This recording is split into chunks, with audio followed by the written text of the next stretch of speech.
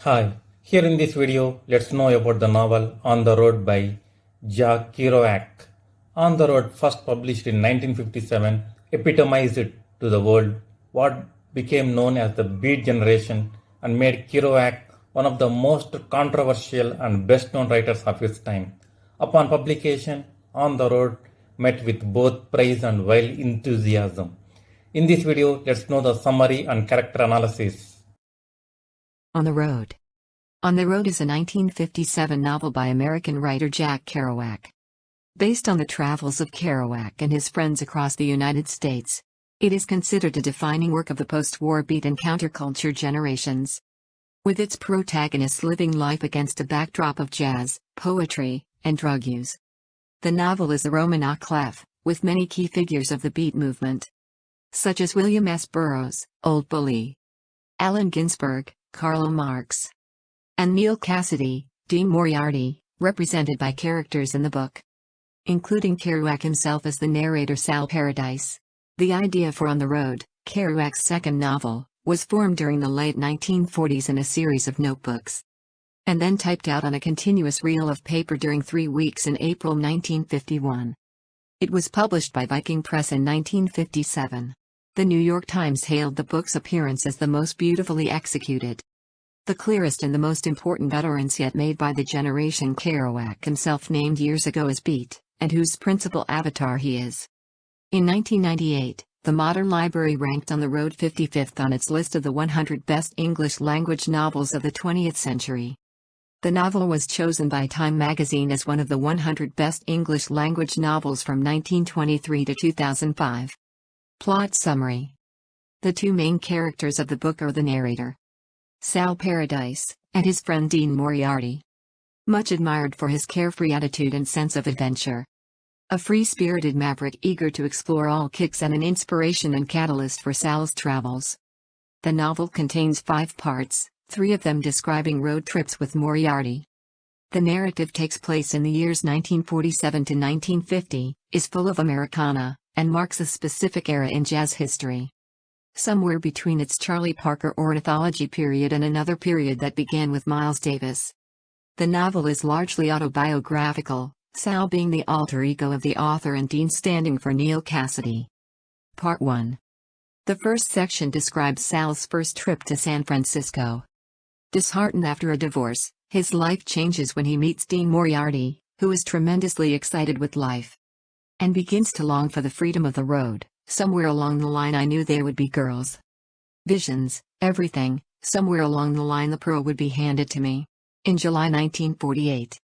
He sets off from his aunt's house in Patterson with $50, equivalent to about $500 in 2021, in his pocket. After taking several buses and hitchhiking, he arrives in Denver, where he hooks up with Carlo Marx, Dean, and their friends. There are parties, among them an excursion to the ghost town of Central City. Eventually Sal leaves by bus and gets to San Francisco, where he meets Remy Boncour and his girlfriend Leanne. Remy arranges for Sal to take a job as a night watchman at a boarding camp for merchant sailors waiting for their ship. Not holding this job for long, Sal hits the road again. Oh, where is the girl I love? He wonders. Soon he meets Terry, the cutest little Mexican girl, on the bus to Los Angeles. They stay together, traveling back to Bakersfield. Then to Sabinal, her hometown, where her family works in the fields. He meets Terry's brother Ricky, who teaches him the true meaning of mañana, tomorrow. Working in the cotton fields, Sal realizes that he is not made for this type of work. Leaving Terry behind, he takes a bus back east to Pittsburgh, and then hitchhikes his way to Times Square in New York City. Once there he bums a quarter off a preacher who looks the other way, and arrives at his aunt's house, just missing Dean, who had come to see him, by 2 days. Part 2. In December 1948 Sal is celebrating Christmas with his relatives in Testament, Virginia.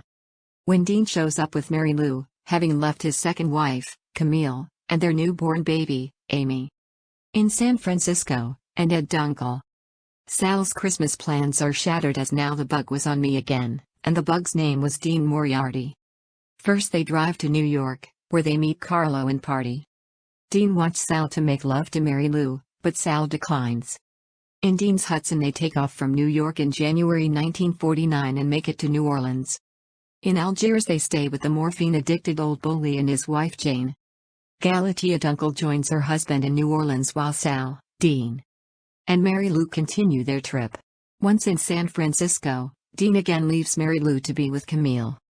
Dean will leave you out in the cold any time it is in the interest of him. Mary Lou tells Sal. Both of them stay briefly in a hotel, but soon she moves out, following a nightclub owner. Sal is alone and on Market Street has visions of past lives, birth, and rebirth.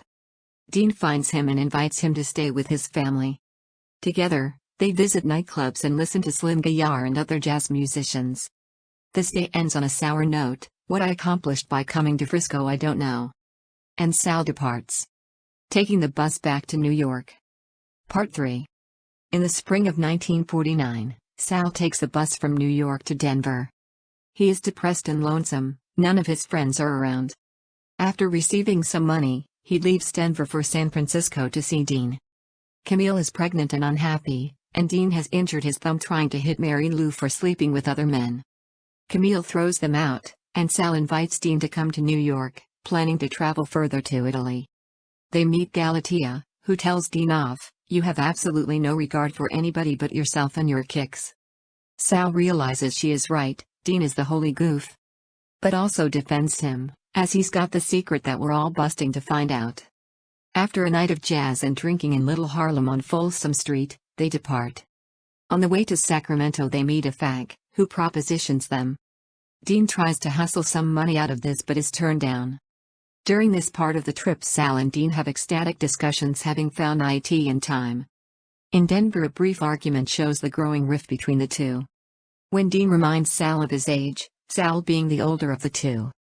They get a 1947 Cadillac that needs to be taken to Chicago from a travel bureau. Dean drives most of the way, crazy, careless, often speeding at over 100 miles per hour, 160 kilometers per hour, delivering the car in a disheveled state. By bus they move on to Detroit and spend a night on Skid Row. Dean hoping to find his homeless father. From Detroit they share a ride to New York and arrive at Sal's aunt's new flat in Long Island. They go on partying in New York, where Dean meets Inez and gets her pregnant while his wife is expecting their second child. Part 4. In the spring of 1950, Sal gets the itch to travel again while Dean is working as a parking lot attendant in Manhattan. Living with his girlfriend Inez, Sal notices that he has been reduced to simple pleasures. Listening to basketball games and looking at erotic playing cards. By bus Sal takes to the road again, passing Washington, D.C., Ashland, Cincinnati, and St. Louis, and eventually reaching Denver. There he meets Stan Shepard, and the two plan to go to Mexico City when they learn that Dean has bought a car and is on the way to join them. In a rickety 37 Ford sedan the three set off across Texas to Laredo, where they cross the border. They are ecstatic, having left everything behind us and entering a new and unknown phase of things. Their money buys more, 10 cents for a beer, police are laid back, cannabis is readily available, and people are curious and friendly. The landscape is magnificent. In Gregoria, they meet Victor, a local kid, who leads them to a bordello where they have their last grand party, dancing to mambo, drinking, and having fun with prostitutes. In Mexico City Sal becomes ill from dysentery and is delirious and unconscious. Dean leaves him, and Sal later reflects. When I got better I realized what a rat he was. But then I had to understand the impossible complexity of his life. How he had to leave me there, sick, to get on with his wives and woes. Part 5. Dean, having obtained divorce papers in Mexico, had first returned to New York to marry Inez, only to leave her and go back to Camille. After his recovery from dysentery in Mexico, Sal returns to New York in the fall. He finds a girl, Laura, and plans to move with her to San Francisco. Sal writes to Dean about his plan to move to San Francisco. Dean writes back saying that he is willing to come and accompany Laura and Sal. Dean arrives more than 5 weeks early. But Sal is out taking a late-night walk alone. Sal returns home, sees a copy of Proust, and knows it is Dean's. Sal realizes his friend has arrived. But at a time when Sal doesn't have the money to relocate to San Francisco. On hearing this Dean makes the decision to head back to Camille. Sal's friend Remy Boncour denies Sal's request to give Dean a short lift to 40th Street on their way to a Duke Ellington concert at the Metropolitan Opera House. Sal's girlfriend Laura realizes this is a painful moment for Sal and prompts him for a response as the party drives off without Dean. Sal replies, "He'll be all right." Sal later reflects as he sits on a river pier under a New Jersey night sky about the roads and lands of America that he has traveled and states, "I think of Dean Moriarty, I even think of old Dean Moriarty, the father we never found. I think of Dean Moriarty." End of the story. Thank you. Thank you.